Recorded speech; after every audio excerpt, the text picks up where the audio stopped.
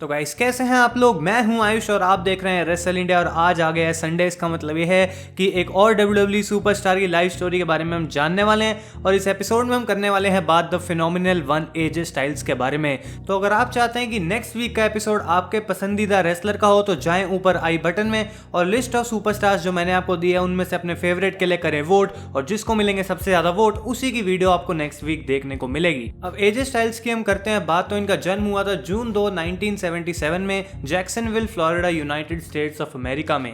इनका असली नाम है एलन नील जोन्स। और ये जो इनकी फैमिली थी गाइस उनके बारे में हमें ज़्यादा नहीं पता है क्योंकि एजे स्टाइल्स काफ़ी गरीबी में पले बड़े हैं और इनके जो फादर थे वो काफ़ी एब्यूसिव थे, नशे करते थे और कुछ ज़्यादा अच्छा इनका बचपन नहीं गुजरा। इन्होंने खुद कहा कि इनका बचपन काफ़ी मुश्किल भरा था और ये इतने गरीब थे कि ये अफोर्ड नहीं कर पाते थे कि इनके घर में एक टीवी हो जहाँ पे ये रेसलिंग को देख सकें। अब इनकी एजुकेशन की हम करें बात तो इन्होंने जॉनसन हाई स्कूल इन गेन्सविल जॉर्जिया से करी है पढ़ाई और ये एक कॉलेज ड्रॉप आउट भी रह चुके हैं। अब इन्होंने एक रेसलिंग स्कूल ज्वाइन करा था क्योंकि उनको एक स्कॉलरशिप मिली थी और वो सिर्फ इन्होंने इसीलिए किया क्योंकि इनके दोस्त भी साथ में इनके जा रहे थे। तो यहाँ से हम करते हैं बात इनके इंटरेस्ट और हॉबीज की। तो एजे स्टाइल्स एक बहुत बड़े वीडियो गेम लवर हैं और इनकी फेवरेट गेम्स हैं सुपर मारियो और स्ट्रीट फाइटर, और इनके फेवरेट रेसलर हैं Shawn Michaels the Heart Break Kid. अब बात करते हैं इनके रिलेशनशिप स्टेटस की। तो इनकी शादी हुई थी 2000 में इनकी वाइफ वेंडी जोन्स के साथ और इनके टोटल 4 बच्चे हैं जिनमें से 3 लड़के और 1 लड़की हैं। एजे स्टाइल्स की WWE से पहले की स्टोरी काफी ज्यादा बड़ी है क्योंकि ये WWE में आने से पहले ही एक बहुत फेमस और पॉपुलर रेसलर थे।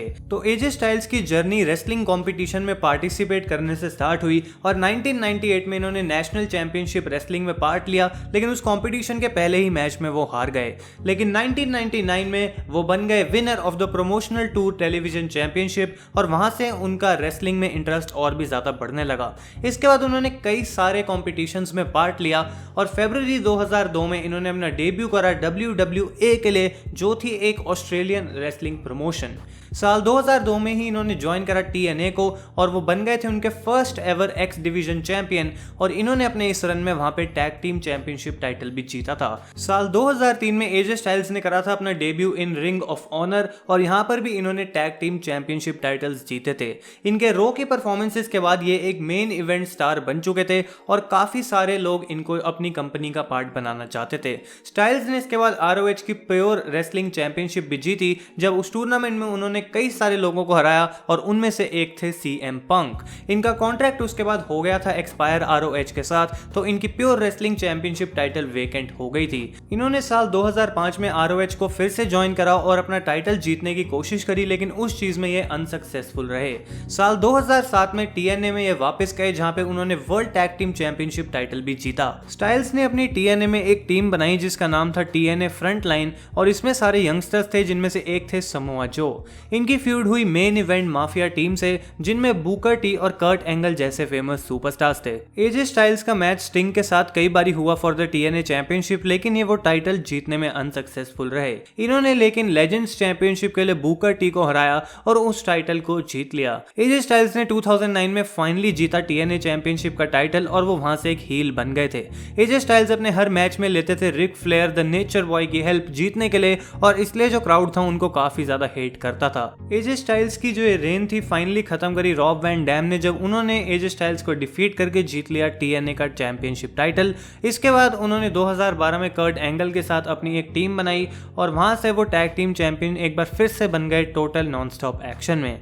अब जब साल 2014 में फिन बैलर छोड़ के गए न्यू जापान प्रो रेसलिंग को तो एजे स्टाइल्स ने उनकी जगह ले ली और ज्वाइन कर लिया बुलेट क्लब को। उन्होंने अटैक करा IWGP चैंपियन ओकाडा को और इस तरीके से वो वहां पर एक हील बन गए। ओकाडा को हरा के एजे स्टाइल्स ने जीत ली IWGP चैंपियनशिप और वो 6th नॉन जापानीज गाय बन गए थे जिन्होंने ये टाइटल जीता था और ब्रॉक लेसनर के बाद पहले ऐसे अमेरिकन जिन्होंने इस टाइटल को हासिल करा था। अक्टूबर 2014 में अपना टाइटल एजे स्टाइल्स हार गए टानाहाशी से और फिर फेब 2015 में उन्होंने एक बार फिर से टानाहाशी को हरा के सेकेंड टाइम जीत लिया IWGP चैंपियनशिप टाइटल। इसके बाद एजे स्टाइल्स ओकाडा से फिर से हार गए और इंजर्ड हो गए और कुछ समय के लिए न्यू जापान से चले गए थे। जब उनका रिटर्न टर्न हुआ तो उन्होंने चैलेंज करा था IWGP intercontinental champion Shinsuke Nakamura को, लेकिन उस टाइटल को जीतने में वो अनसक्सेसफुल रहे थे।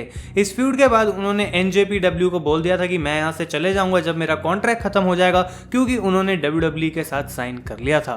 अब आते हैं हम साल 2016 पे, जब WWE ने ऑफिशियली अनाउंस कर लिया था कि सबसे बड़ा फ्री एजेंट उन्होंने साइन कर लिया है और वो थे AJ स्टाइल्स। इन्होंने रॉयल रंबल 2016 के मैच में अपना डेब्यू करा, जहां पे नंबर 3 पर एंटर हुए थे और 29 मिनट तक उस मैच में रहने के बाद इनको केविन ओवेंस ने कर दिया था एलिमिनेट। उसी साल जुलाई में इनका ट्रांसफर हो गया था स्मैकडाउन लाइव पे, जहां पे ये डीन एम्ब्रोस को डिफीट करके बन गए थे WWE चैंपियन।